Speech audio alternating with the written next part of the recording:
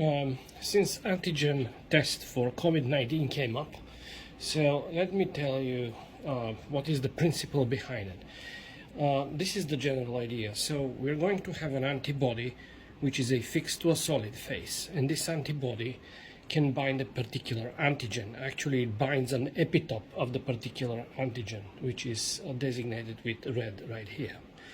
And once bound, we can come with a second antibody towards a different epitope that is already tagged with some fluorophore that will be able to detect somehow. So it could be either fluorometric way or a colorimetric. It doesn't really matter, some form of detection. So in a lateral flow, we have basically a plastic container which has a nitrocellulose filter. On this filter we have four different areas. One is the specimen loading area in this portion here. Then we have an area in which we have this antibody tagged with a fluorophore. Okay, they are lyophilized and they sit in this portion right here.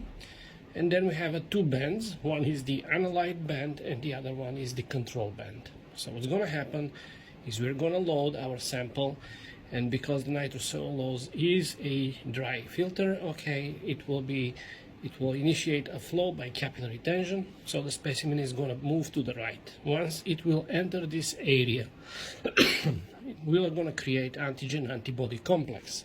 So basically it's going to be antigen which is already bound to some antibody which has some form of detector on it.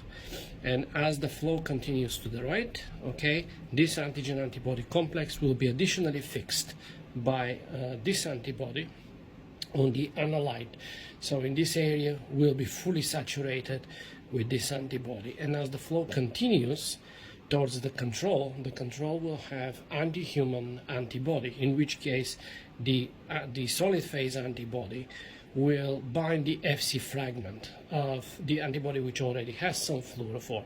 Whether it has antigen bound on it or not is not really important. Okay, so this is our control that will analyze that we have a sufficient number of antibodies to saturate the analyte, and then allow it couple of minutes for the actions to develop, and then we'll have some form of colorimetric or a visual way of inspecting. So if you have both analytes and control bands visible, then the test will be deemed positive, and if the control only is visible, then the test will be negative.